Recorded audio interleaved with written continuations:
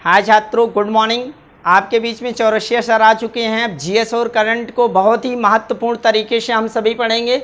इस पर केवल और केवल चर्चाएं वही रखी जाएंगी जो बार बार एग्जाम में पूछे जाते हैं। अनावश्यक हमें यहाँ ज्ञान ही नहीं बनता। ध्यान रखिएगा, सफलता उसी को मिलती है जो सतत लगातार प्रयास में रहता है। अगर आपको सफल होना है तो सतत और लगातार आपको बने रहना है। रिवीजन ही सिलेक्शन का सबसे बड़ा आधार होता है। जितना ही हमें रिवीजन करेंगे उतना ही हम सफलता के उस पायदान को एकदम सन्निकट पाएंगे।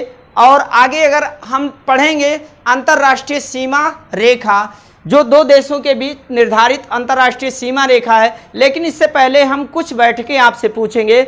जैसे बैठकें की बात करें बैठक आपसे पूछ लेते हैं। जैसे ब्रिक्स, BRICS, ब्रिक्स की जो बैठक हुई 2020 में कहाँ हुई? तो रूस में हुई। ब्रिक्स 2020 की बैठक कहाँ हुई है? रूस में हुई है। फिर इसके बाद में आगे अगर हम आपसे पूछें कि ब्रिक्स 2021 की बैठक कहाँ? भारत में। ब्रिक्स 2021 की बैठक कहाँ? भारत में होगी। फिर इसके बाद में जलवायु परिवर्तन सम्मेलन से संबंधित बैठक की बात करें कि COP25, conference of parties, COP25 की जो बैठक हुई थी 2019 में स्पेन की राजधानी मैड्रिड में, और COP26 यानी 2021 की जो बैठक होगी स्कॉटलैंड के ग्लासगो में होगी। फिर इसके बाद में वो तो COP25 था। अगर अब आपसे पूछे कि आसियान शिखर सम्मेलन, आसियान शिखर सम्मेलन की जो 37वीं और 38वीं बैठक 2020 में होगी, ये भैया एक ही बैठक एक देश में जो होती है वो दो बैठक होती, एक वर्ष में दो बैठक होगी। यानी 36वीं और 37वीं बैठक जो होगी वो वियतनाम के हनोई में होगी। जबकि आपकी आसियान की 2021 की यानी 38वीं और 39वीं बैठक जो होगी वो कहाँ होगी? तो बंदर सेरी बुरनोई में आपकी 2021 की बैठक होगी। किसकी?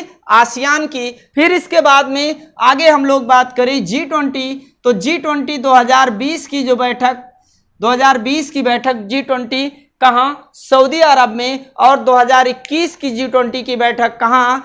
इटली में। और 2022 की G20 की बैठक इंडोनेशिया में। और 2023 की जो G20 की बैठक होगी वो भारत में होगी। इसके बाद में आगे आपसे पूछें कि संघाई सहयोग संगठन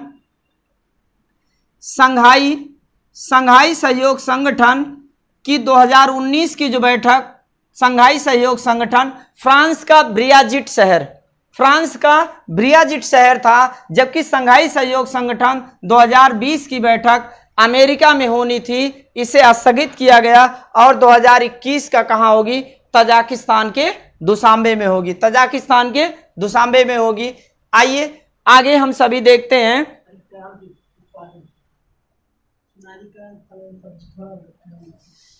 जैसे अगर आपसे कुछ क्रांति पूछें कि सुनहरी क्रांति का उत्पादन किससे है? फल एवं सब्जी से जो है वो कौन सी क्रांति है? सुनहरी क्रांति। फिर आपका श्वेत क्रांति की बात करें, दुग्ध उत्पादन से। और श्वेत क्रांति का जनक किसे कहा जाता है? वर्गीज कुरियन को कहा जाता है। किसे कहा जाता है? वर्गीज कुरियन को। फिर इसके बाद में भूरी क्रांति जो है वो उर्वरक के उत्पादन से संबंधित है।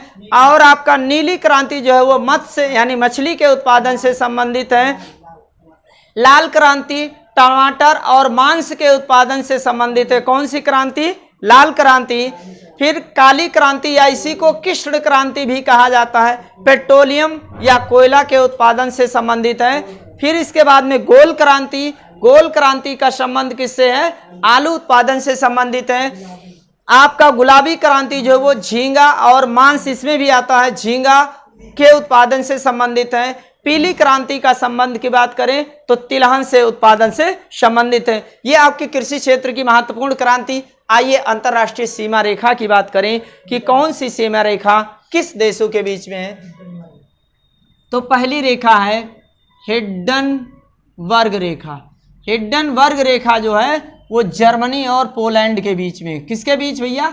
जर्मनी और पोलैंड के बीच में हिंडनबर्ग रेखा है। जर्मनी की राजधानी क्या है? बर्लिन है, और पोलैंड की राजधानी वार्सा है। जर्मनी की बर्लिन और पोलैंड की राजधानी वार्सा है। फिर इसके बाद में अगली रेखा की बात करें तो मैगीनाट रेखा है। मैगीनाट रेखा है ये भैया आपका जर्मनी एवं फ्रांस के बीच में। जर्मनी एवं फ्रांस के बीच में, जर्मनी की राजधानी बर्लिन और फ्रांस की राजधानी पेरिस। और जो पेरिस शहर बसा हुआ है किस नदी के किनारे? सीन नदी के किनारे। और इसे पेरिस फ्रांस की जन्नत कहा जाता है। पेरिस को फ्रांस का हृदय कहा जाता है। पेरिस को शैंपेन नामक शराब का निर्माण कहाँ होता है? फ्रांस में। और इसे ही सुरा एवं सुंदरियों का देश कहा जाता है। आगे अगली रेखा की बात करें तो कौन सी रेखा भैया? 38वीं, पहले 17 लिख लिया जाए, 17वीं समांतर रेखा। उत्तरी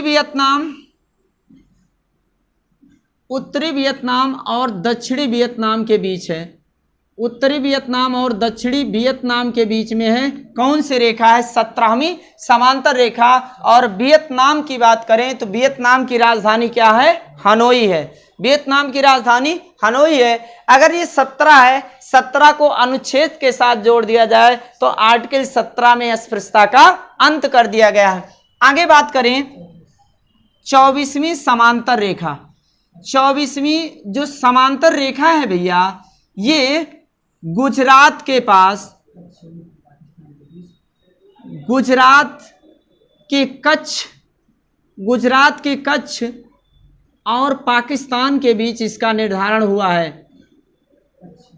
पाकिस्तान के बीच इसका निर्धारण हुआ है और इसे पाकिस्तान नहीं मानता है। और आगे हम आपसे बात करें कि पाकिस्तान का जो राजधानी है वो क्या है? पाकिस्तान की राजधानी इस्लामाबाद है। पूर्व में राजधानी क्या थी? कराची थी। आगे अगली बात करें कि 38वीं समांतर रेखा। 38वीं जो समांतर रेखा है ये भैया उत्तर कोरिया और दक्षिण कोरिया के बीच में है। उत्तर कोरिया और दक्षिण कोरिया के बीच में है 38वीं समांतर रेखा। उत्तर कोरिया की राजधानी प्योंगयांग है और दक्षिण कोरिया की राजधानी सियोल है। आगे चलिए आपका 141वीं समांतर रेखा। समांतर रेखा जो है ये अलास्का, अमेरिका का राज्य है। अलास्का सबसे बड़ा राज्य है। अलास्का प्लस कनाडा के बीच में है और कनाडा की राजधानी ओटावा है। कनाडा की राजधानी ओटावा है। आगे बात करें तो 49वीं समांतर रेखा।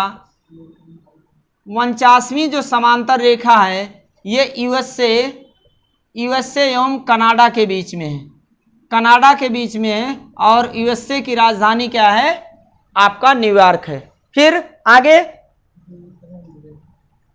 अगली रेखा की बात करें तो डोरंड रेखा। कौन सी रेखा भैया? डोरंड रेखा। ये अभी निर्धारण हुआ है। जब इसका निर्धारण हुआ था तो ये भारत और अफगानिस्तान के बीच थी। अभी ये रेखा डोरंड रेखा पाकिस्तान प्लस अफगानिस्तान के बीच में, ये बहुत महत्वपूर्ण है क्योंकि अफगानिस्तान में अभी तालिबानियों का कब्जा हुआ है। अशरफ गनी वहां के राष्ट्रपति भाग गए हैं। कहां चले गए हैं? तजाकिस्तान की राजधानी दुशांबे चले गए हैं। दो गाड़ी पैसा भर करके निकल गए। ठीक, अब वो कह रहे हैं कि लोगों की भलाई के लिए यानी खून खराबे को रोकने के लिए मेरा जाना ही उचित था। देखिए इतनी दहशत होती है एक राष्ट्र प्रमुख व्यक्ति में। यहीं पर सहतूत बांध, सलमा बांध और दहला बांध, सहतूत बांध, सलमा बांध और आपका दहला बांध यहीं पर बना हुआ है। और जो अफगानिस्तान की राजधानी क्या है? काबुल है। क्या है? काबुल है और पश्तो यहाँ की भाषा है।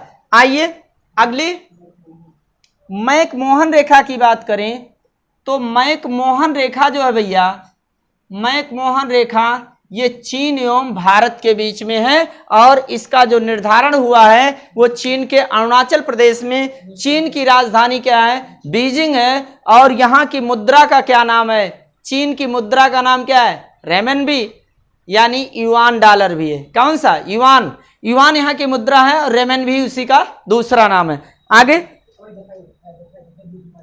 आगे आगे बात की जाए रेड क्लिफ। रेड क्लिफ जो है भैया ये भारत और पाकिस्तान के बीच में है। रेड क्लिफ भारत की आज़ादी के समय इसका निर्धारण हुआ था 1947 में और ये भारत पाकिस्तान के बीच में, जबकि मैकमोहन रेखा का निर्धारण 1914 में हुआ था।